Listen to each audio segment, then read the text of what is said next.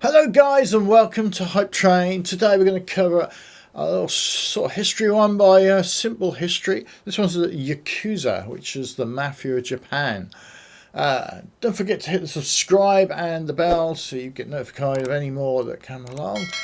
And shall we take a look at the video, guys?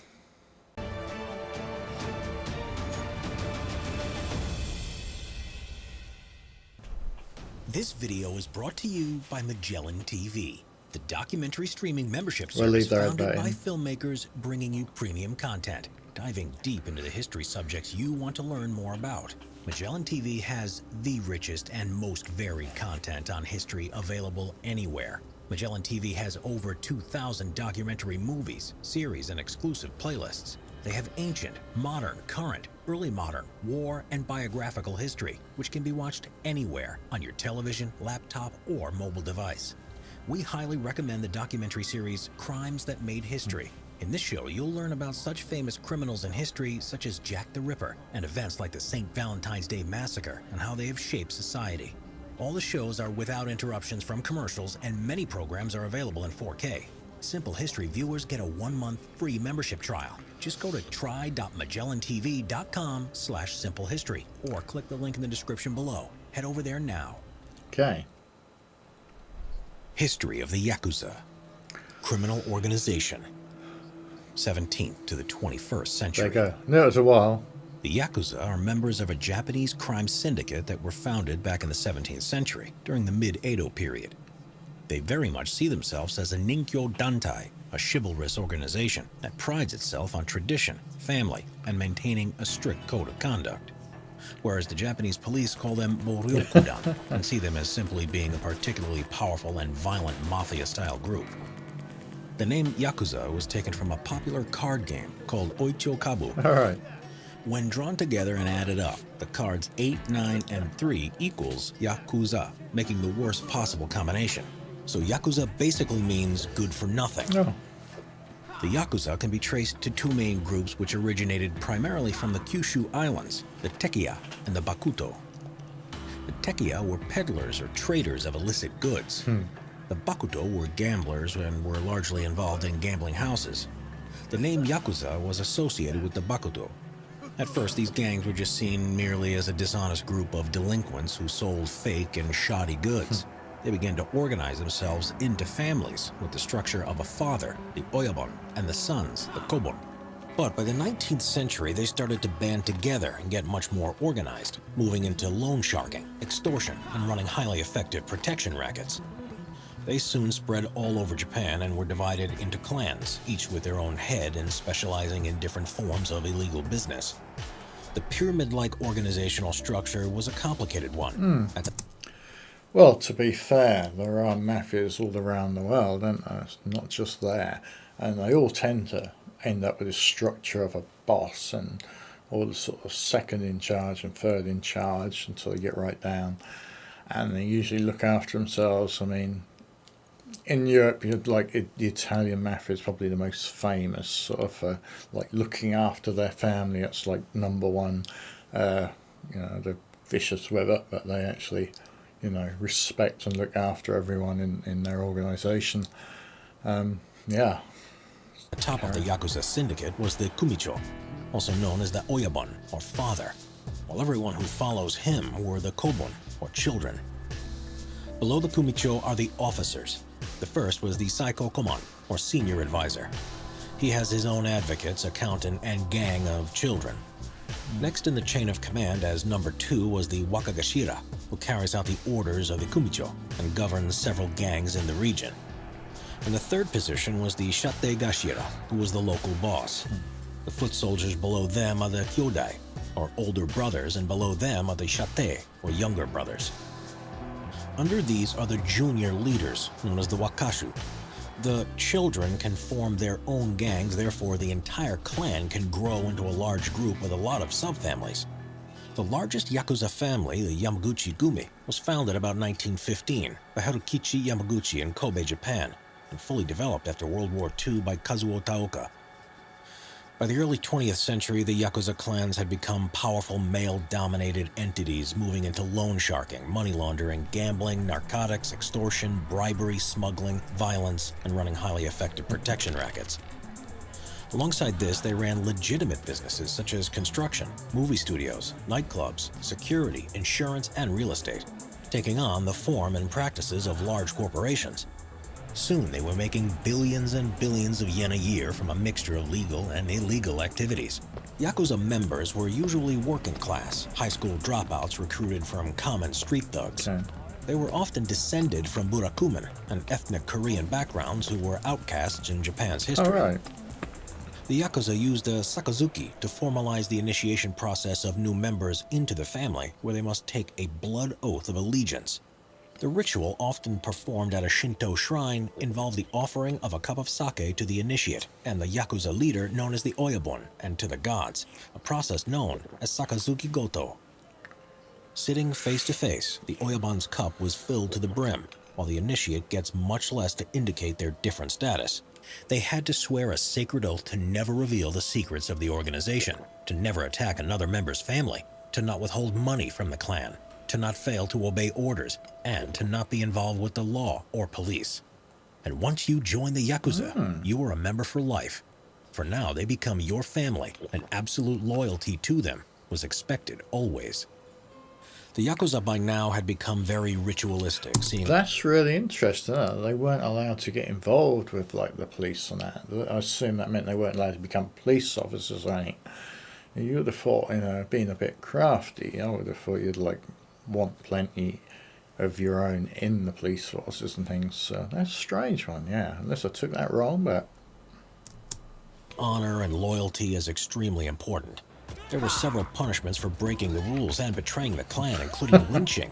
Zetsuen, where the member was removed from the Yakuza family but was allowed to return after some time, and Hamonjo, where the offender was excommunicated and was no longer allowed to associate with or do business with the Yakuza group, banished from the Yakuza world forever. The fourth most famous punishment for an offense was yubitsume. This is where you were expected to cut off a portion of the little finger on your hand and present it to the head of the organization as a form of sincere apology. Starting with the tip of the pinky and amputating further if more transgressions were committed, yubitsume worked as a powerful deterrent to betraying the Yakuza family, being both a painful and permanent consequence of doing wrong.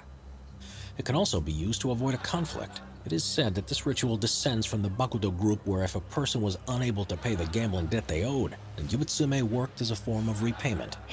The weakening of the hand diminished a member's ability to handle a sword, as the little finger is used to grip the hilt. This in turn makes the Yakuza member more dependent on the protection of his boss. Group members also wore lapel pins with their headquarters or clan logos. There was also irezumi, and this was a very important part of Yakuza culture. This was where the member of the group had an elaborate full-body tattoo. Popular designs included dragons, koi, tigers, and snakes. It was an extremely painful and expensive process, carried out by skilled tattooists using sharpened bamboo needles. Painful. Well, it's the always process painful. was so intricate that it could take several years to complete. The Japanese government during the Meiji period banned tattoos to make a good impression upon the Western powers, so the practice continued underground and soon became associated with criminals.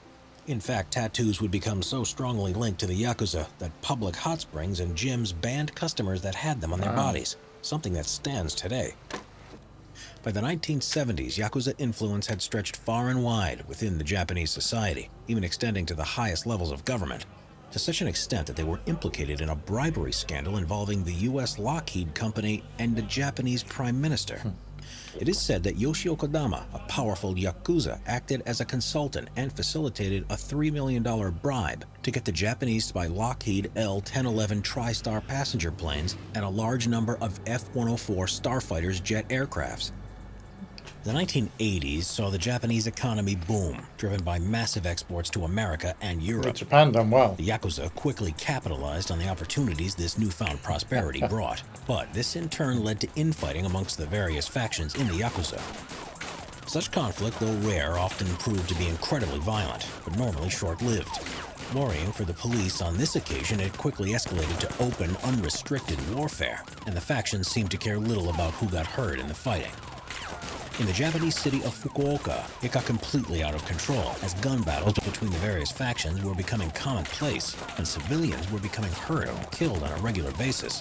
The police took a tough stance against the Yakuza, and the subsequent crackdown did not only bring about a public declared truce between the warring factions, but also marked the start of the decline in power and influence of the Yakuza, as the police finally took a proactive approach against them nationwide. Yeah, a bit too in your face. In the 1990s, the Yakuza had moved with the times and become much more international, having formed alliances with various Korean and extremely violent Vietnamese gangs, as well as the Chinese triads, in the process cornering the Asian market in illegal handguns and human trafficking.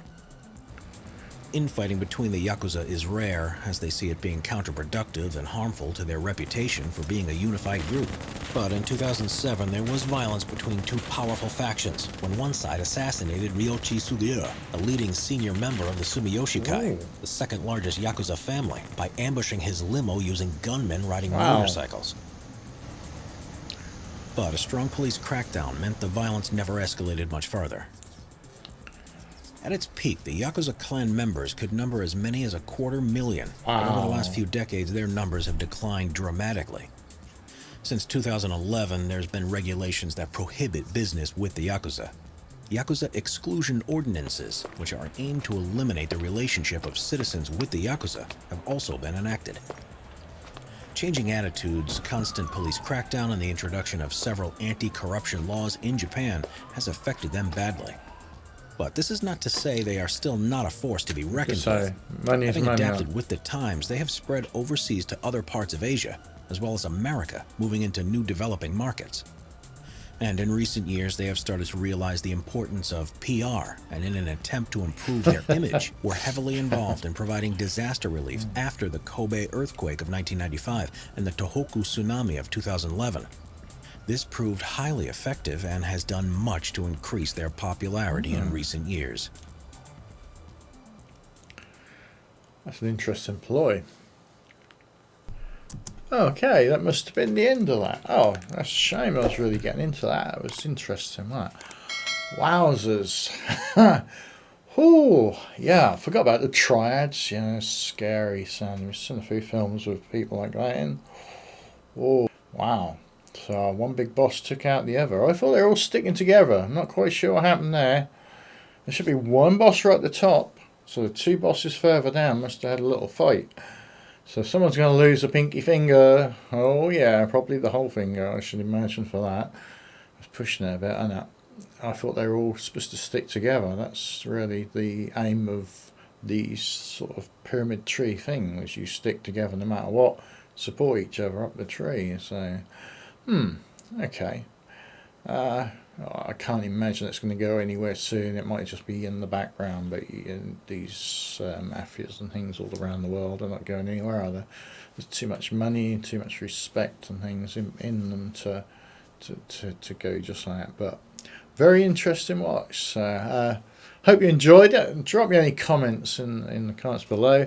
Don't forget to subscribe and hit the bell so you can watch any more that we do. So, catch you on the flip side, guys.